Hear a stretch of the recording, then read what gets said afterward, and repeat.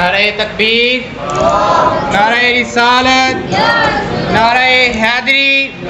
نحمدہ ونصلی ونسلم علی رسولہ الکریم، فاعوذ باللہ من الشیطان الرجیم، بسم اللہ الرحمن الرحیم، مبشرا برسول یأتی من بعد اسمہ احمد، صدق اللہ مولانا العظیم وبلغنا رسولہ النبی الکریم الامین۔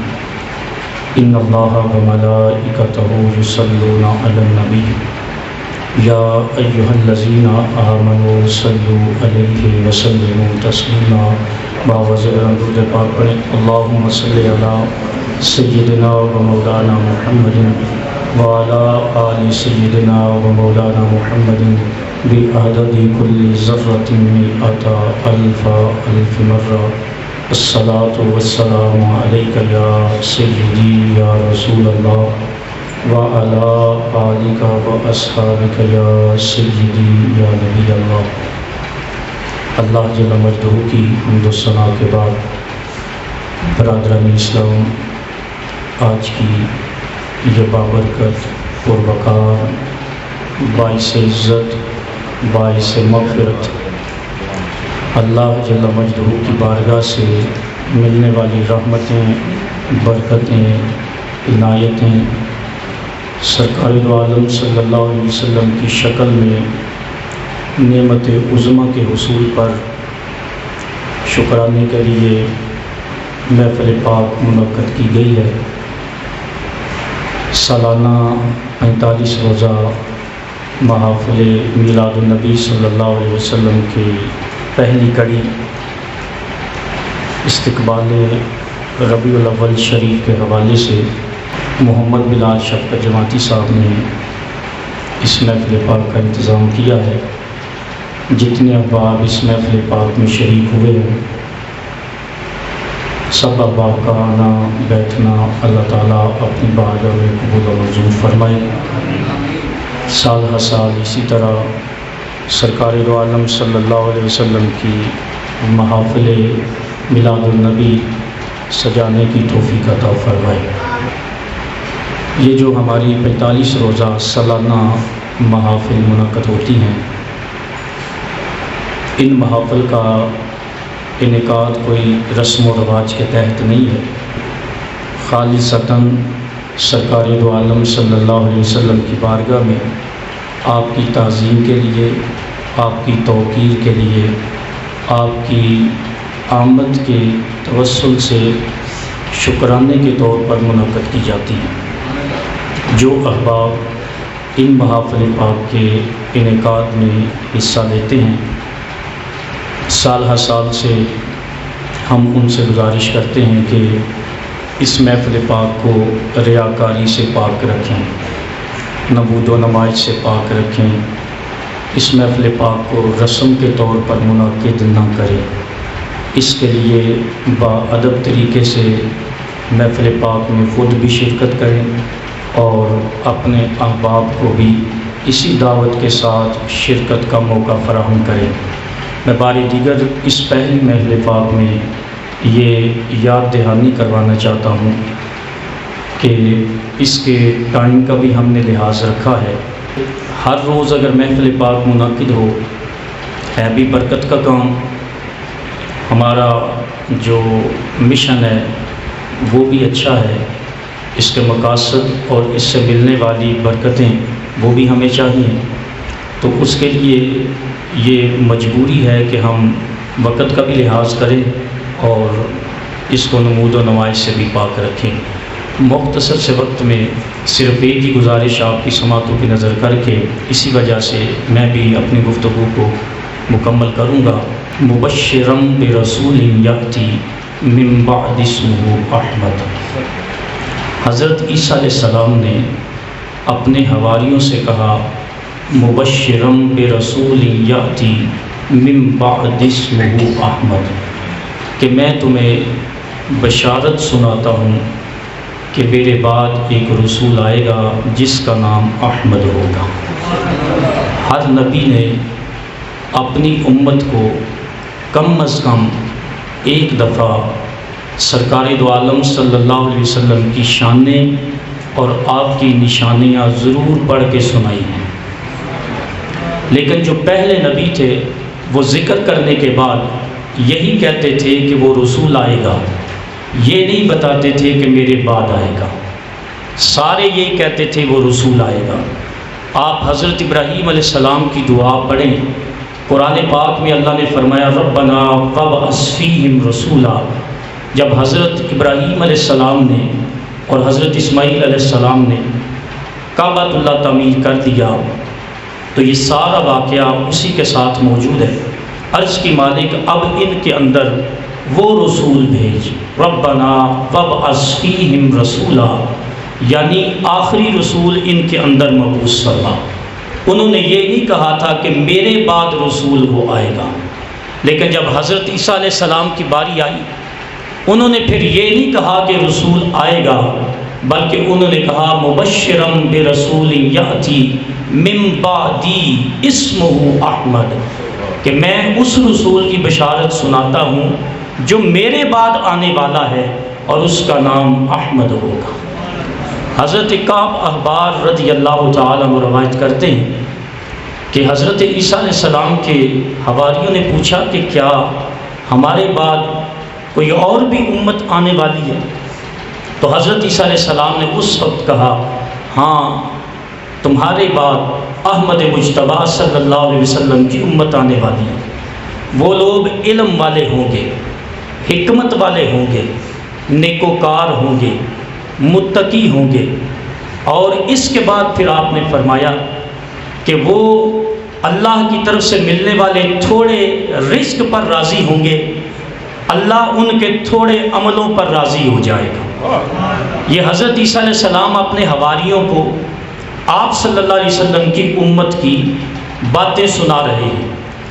اب حضرت عیسیٰ علیہ السلام نے جو لفظ بولے مبشرم برسول یاتی، میں اس کی طرف آپ کی توجہ چاہتا ہوں۔ اگر کوئی بندہ کسی ایسی بات کی خبر دے جس بات کو سننے کے بعد بندے کے علم میں اضافہ ہو، اس کے دل میں خوشی محسوس نہ ہو، یوں کہہ دے کہ آپ کے پاس کوئی بندہ آیا، اس نے آ کے آپ کو کوئی بات بتائی، اس بات سے آپ کو کسی کام کا، کسی بات کا، کسی چیز کا علم تو ہوا لیکن آپ کو خوشی محسوس نہیں ہوئی، تو ایسی خبر دینے والے کو مخبر کہتے ہیں۔ مخبر ایسی بات کی خبر دینے والا کہ جس سے کسی چیز کی خبر ملے، اس کو مبشر نہیں کہتے۔ مبشر کسے کہتے ہیں؟ کہ کوئی بندہ آئے، وہ آ کے آپ کو ایسی بات بتائے کہ آپ اس بات کو سننے پر خوش ہو جائیں، آپ کا دل خوشی کے جذبات سے بھر جائے، آپ کی زبان سے سبحان اللہ نکلے، آپ خوشی سے جھوم اٹھے اس بات کو سننے سے، آپ کا دل اچھا محسوس کرے۔ تو حضور صلی اللہ علیہ وسلم کی آمد پر جتنے نبی تھے پہلے وہ صرف خبر دیتے رہے، لیکن حضرت عیسیٰ علیہ السلام نے مخبر کا لفظ استعمال نہیں کیا، فرمایا مبشرم برسول یاتی، مخبرم برسول یاتی نہیں کہا۔ یہ نہیں کہا کہ میں تمہیں خبر دیتا ہوں کہ میرے بعد نبی آئے گا، بلکہ کہا مبشرم برسول یاتی، میں تمہیں بشارت سناتا ہوں کہ میرے بعد وہ رسول آنے والا ہے جس کا نام احمد ہوگا۔ میرا سوال ہے آپ سے، انہوں نے مخبر نہیں کہا، مبشر کہا ہے، اور مبشر کا مطلب ہوتا ہے ایسی بات بتائی جائے جس بات کو سننے پر بندہ خوش ہو جائے۔ قرآن اس بات کا گواہ ہے کہ حضرت عیسیٰ آپ کی ولادت سے پہلے اپنے حواریوں سے کہہ رہے ہیں خوش ہو جاؤ، میرے بعد وہ رسول آنے والا ہے۔ اگر آپ کی ولادت سے پہلے عیسیٰ علیہ السلام کہیں اپنی امت کو، اپنے حواریوں کو کہ ابھی وہ پیدا نہیں ہوئے، میرے بعد آئیں گے، خوش ہو جاؤ، تو اس کا مطلب کیا ہے؟ آپ کی ولادت سے پہلے نبی بھی خوش ہو رہے ہیں، آپ کی ولادت سے پہلے عیسیٰ علیہ السلام بھی بشارت سنا رہے ہیں، آپ کے حواری بھی خوش ہو رہے ہیں، حضرت عیسیٰ بھی اپنے حواریوں سے کہہ رہے ہیں کہ خوش ہو جاؤ، تو جب حضور آ جائیں تو پھر خوش ہونے کا حق نہیں بنتا، پھر بدرجہ اولا خوش ہوا جائے گا۔ فضل رب العلا، اور کیا چاہیے، مل گئے مصطفیٰ، مل گئے مصطفیٰ، مل گئے مصطفیٰ۔ ہمارے نزدیک تو حضور صلی اللہ علیہ وسلم کی آمد پر خوشی کرنا یہ آپ صلی اللہ علیہ وسلم کی تعظیم ہے۔ وَتُعَزِّرُوهُ وَتُوَقِّرُوهُ، قرآن پاک کی اس آیت کریمہ کی روشنی میں آمد مصطفیٰ پر خوشی کرنا یہ آپ کی تعظیم اور آپ کی توقیر ہے، اور مطلقاً آپ صلی اللہ علیہ وسلم کی آمد پر خوشی کا اظہار کرنا یہ فرض ہے، ایمان کی علامت ہے۔ اس خوشی کے اظہار کے لیے محفل میلاد کا منعقد کرنا، جلوس میں شامل ہونا، جھنڈیاں لگانا، یہ لائٹیں لگانا، یہ عمل مستحب ہے۔ خوشی کرنا فرض ہے، خوش ہونا فرض ہے، لیکن یہ جو ہم یہ سارا اظہار کرتے ہیں، انتظام کرتے ہیں، یہ کام مستحب ہے۔ اگر آپ کسی سے پوچھیں کہ کیا آپ مسلمان ہو، وہ کہے جی ہاں مسلمان ہیں، آپ پوچھیں آپ صلی اللہ علیہ وسلم کی آمد پر آپ کو خوشی ہوتی ہے کہ نہیں ہوتی، تو وہ کہے گا کہ ہاں مجھے حضور کی آمد کی خوشی ہے۔ اگر وہ یہ کہے نا کہ مجھے حضور کی آمد کی خوشی نہیں ہے تو وہ ایماندار نہیں رہے گا۔ اگر کوئی یہ ہے کہ حضور صلی اللہ علیہ وسلم کی آمد پر مجھے خوشی نہیں تو وہ ایماندار نہیں ہوتا۔ اگر وہ کہہ دینا کہ مجھے حضور کے آنے پر، اس کائنات میں پیدا ہونے پر، آپ کی ولادت پر دل سے خوشی ہے تو حضرات اسی کو محفل میلاد کہتے ہیں، اسی کو محفل۔ جب وہ لفظ بول رہا ہے نا کہ مجھے حضور صلی اللہ علیہ وسلم کی آمد پر خوشی ہے، میں دل سے خوش ہوں، تو اس کو کسی نے نثر میں پڑھا تب خوشی ہے، اللہ نے قرآن میں کہا تب خوشی ہے، کوئی نظم کی شکل میں کہے تب خوشی ہے، کوئی نعت کے الفاظ میں کہے تب خوشی ہے۔ جس طرح بھی اپنے جذبات کا اظہار کرے گا اس کو محفل میلاد کہتے ہیں۔ کسی محفل میں 2 لوگ بیٹھے ہوں تب محفل میلاد ہے، چاہے لاکھوں کی تعداد میں ہو تب محفل میلاد ہے، چاہے اپنی زبان سے اکیلا بیٹھ کے اللہ کو گواہ بنا کے کہہ دے کہ مجھے حضور کے آنے پر خوشی ہے، اسی کو محفل میلاد کہتے ہیں۔ کچھ لوگ اس معاملے میں آ کے خیر خواہی کا اظہار کرتے ہیں، وہ کہتے ہیں یہ آج کل کے حالات بڑے مشکل ہو گئے ہیں، اور کچھ دوستوں نے حالات کو سامنے رکھ کے محفل میلاد کا انکار کرنا شروع کر دیا۔ انہوں نے کہا حالات ٹھیک نہیں، اور بات یہ بھی تو ہے نا کہ یہ فرض نہیں ہے، اور کسی حد تک یہ فضول خرچی میں آتی ہے۔ میں ان کے لیے گزارش کر رہا ہوں کہ محفل میلاد کرنا یہ جس توجہ کے خاطر یا جس بات پر توجہ کرنے کی وجہ سے آپ اس طرف لے کے آ رہے ہیں کہ محفل میلاد پر جتنے پیسے خرچ کرتے ہیں وہ حالات کے پیش نظر آپ کسی غریب کے گھر کا بل ادا کر دیں۔ لوگوں کو جب زبان لگ گئی تو انہوں نے اس کو پتہ نہیں کہاں کہاں تک ملا لیا ہے، اور انہوں نے اس کو توڑ موڑ کے پتہ نہیں کہاں تک پہنچا لیا، ہم تو اپنی زبان سے نہیں کہہ سکتے۔ تو میری گزارش ہے کہ محلے کے غریبوں کا آپ کو خیال صرف میلاد کے وقت آتا ہے؟ جس طرح میں اس کی مثال پہلے بھی دیا کرتا ہوں، جب بندے کے حالات تنگ ہوتے ہیں نا تو وہ سب سے پہلے اپنی سپورٹ، دین کی جو سپورٹ کرتا ہے نا اس کو چھوڑتا ہے، اور جب اس سے کہا جائے نا کہ یہ کام کرو، یہ مذہبی کام ہے، تم پہلے کر رہے ہو، تو کہتا ہے حالات بڑے تنگ ہو گئے۔ اس نے اپنی گاڑی کو بند نہیں کیا، اس نے اپنے گھر کی فضولیات کو ختم نہیں کیا، اس نے پارکوں میں جانا ختم نہیں کیا، اس نے اپنے بچوں کو ریفریشمنٹ کرانا ختم نہیں کیا، اس نے سارے کام باقاعدہ اسی طرح جاری رکھے ہیں۔ لیکن جو ہی بات آتی ہے مذہب کی، اسلام کی سپورٹ کی، محفل میلاد کی، اظہار میلاد کی، یا اس طرح کے جن چیزوں کے ساتھ ہمارے دین کی پروموشن ہوتی ہے، تو پھر کہتے ہیں ہمارے حالات بڑے تنگ ہیں۔ تو میں ان دوستوں کے لیے گزارش کرتا ہوں کہ جب آپ لاکھ روپے کا، 1.5 لاکھ روپے کا موبائل آپ کے پاس موجود ہے تو آپ 50,000 لگانے پر محفل میلاد کو روکنے پہ تل گئے، کیا آپ نے اپنے جسم کی طرف نظر دوڑائی ہے؟ آپ نے اپنے گھر کے ساز و سامان کی طرف نظر دوڑائی؟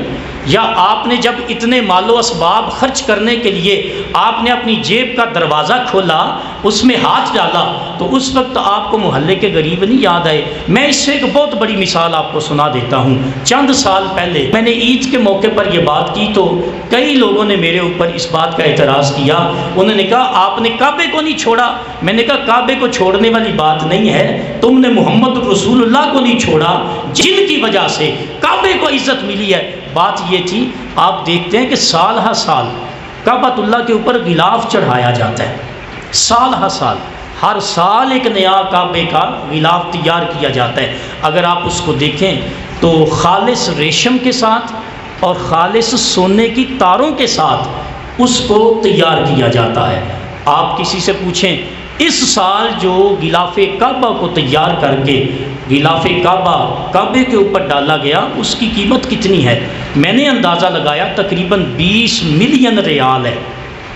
20 ملین ریال، مجھے لگتا ہے کہ 1 ارب 50 کروڑ سے زائد ہے۔ اور میں آپ سے پوچھتا ہوں کہ یہ والا 1 ارب 50 کروڑ سے زائد والا جو غلاف کعبہ ایک کمپنی پورا سال تیار کرتی رہتی ہے، وہ کام ہی یہ کر رہی ہے۔ اگر غلاف کعبہ اسی طرح چڑھا دیا جائے، ریشم کا بنا کے یا سادے کپڑے کا بنا کے غلاف کعبہ چڑھا دیا جائے، تو اس میں کون سی قباحت ہے؟ آپ 1 ارب 50 کروڑ سے زائد کا غلاف چڑھا کے پاکستانی روپے کے مطابق ہر سال چڑھاتے ہو اور ہر سال اتار کے اس کو تقسیم کر دیتے ہو۔ میں کہتا ہوں یہ کیا ہے؟ اگر ایک سادے کپڑے کا غلاف چڑھا کے آپ یہ سارا پیسہ غریبوں کے گھر چلانے کے اندر اس کو تقسیم کر دیں، اس کو وہاں پہ لگا دیں، تو کیا یہ اللہ کو راضی کرنا نہیں ہے؟ تو ہم کہتے ہیں کہ اس طرح کر دو۔ جواب آتا ہے، کہتے ہیں جتنا بڑا گھر ہے، جتنی بڑی شان والا گھر ہے، اس کی تعظیم کی خاطر ہم اتنا مہنگا غلاف چڑھاتے ہیں، کہتے ہیں اس کی تعظیم کی خاطر۔ تو میں نے کہا اگر اس بات پہ پکے ہو تو پھر پکے ہو جاؤ۔ اگر یہ بات یہی ہے کہ جتنا بڑا گھر ہے اس کے شایان شان اس کا غلاف پہنایا ہے، تو میں نے کہا اس ہستی کے بارے میں کیا خیال ہے کہ جن کے چہرہ پھیرنے سے یہ قبلہ بنا ہے؟ ہم تو بیت المقدس کی طرف رخ کر کے نماز پڑھتے تھے، ہم بیت اللہ شریف کی طرف منہ نہیں کرتے تھے۔ کعبہ بنتا ہے اس طرف پہ ریاض، رخ جدھر کو وہ موڑ دیتے ہیں، دل شکستہ وہ جوڑ دیتے ہیں، بات ان پہ جو چھوڑ دیتے ہیں، ان کے جود و کرم کا کیا کہنا، لاکھ مانگو کروڑ دیتے ہیں۔ کعبہ بنتا ہے اس طرف پہ ریاض، رخ جدھر کو وہ موڑ دیتے ہیں۔ قد نرا تقلب وجہک فی السماء فلنولینک قبلۃ ترضاها۔ آپ اس آیہ کریمہ کو پڑھیں، اس کی تفسیر اٹھائیں۔ فرمایا ترضاها، محبوب آپ کا رخ انور بیت المقدس کی طرف ہے، آپ اگر راضی ہیں، اگر آپ چاہتے ہیں تو قد نرا، آپ کا چہرہ اٹھنا ہم دیکھ رہے ہیں، بس آپ کی مرضی ہے تو بس رخ پھیر لے۔ میرے نبی نے رخ پھیرا، صحابہ کے رخ پھیر گئے بیت اللہ شریف کی طرف۔ حضرات گرامی قدر، اگر بیت اللہ کے اوپر کروڑوں کا غلاف چڑھایا جائے تو فضول خرچی نہیں ہے، لوگ کہتے ہیں تعظیم کی خاطر ہے۔ جتنا بڑا گھر ہے اتنا تعظیماً اتنا بڑا قیمتی غلاف چڑھایا گیا ہے۔ تو میں نے کہا جس کے رخ پھیرنے سے یہ قبلہ بنا ہے، پھر اس شخصیت کے بارے میں کیا خیال ہے؟ اگر ان کے میلاد پر کچھ ہزار خرچ کر لیے جائے، ہم تو محفل میلاد کرتے ہیں، ہم بھنگڑا ڈالنے والوں میں سے نہیں ہیں، ہم ڈھول بجانے والے میں سے نہیں ہیں، ہم باادب غلام ہیں۔ ہم اس بات کی تلقین کرتے ہیں کہ اس محفل سے ریاکاری ختم کی جائے، اس محفل سے نمود و نمائش ختم کی جائے، اس محفل میں بڑے باادب طریقے سے آیا جائے، کیونکہ یہ ان کی محفل ہے کہ جن کے رخ پھیرنے سے قبلے بدلتے۔ تو میں کہہ رہا تھا کہ اگر کعبۃ اللہ کے اوپر تعظیماً اتنا مہنگا غلاف چڑھایا جاتا ہے تو پھر حاجیوں آؤ شہنشاہ کا روزہ دیکھو۔ کعبہ تو دیکھ چکے، اب کعبے کا بھی جن کی وجہ سے بیت اللہ شریف قبلہ بنا ہے، ہمیں پھر ان کی محفل میلاد منانے پر اگر کوئی بندہ یہ کہے کہ تم یہ محفل میلاد پر فضول خرچی کرتے ہو، تو ہم کہتے ہیں جہاں پر جا کے 1 لاکھ نماز کا ثواب ملتا ہے، جہاں پر جا کے آپ مطاف میں طواف کرتے ہو اللہ کے گھر میں، پہلے اس کے بارے میں سوچو، پھر محفل میلاد کے بارے میں سوچنا۔ کیونکہ ہم تو کہتے ہیں محفل میلاد جب ہو رہی ہوتی ہے، کوئی بندہ پوچھتا ہے کہ یہ کیا ہو رہا ہے، تو وہاں پر ذکر خدا کی جو ہے وہ آواز آ رہی ہوتی ہے، نعت مصطفیٰ کی آواز آ رہی ہوتی ہے۔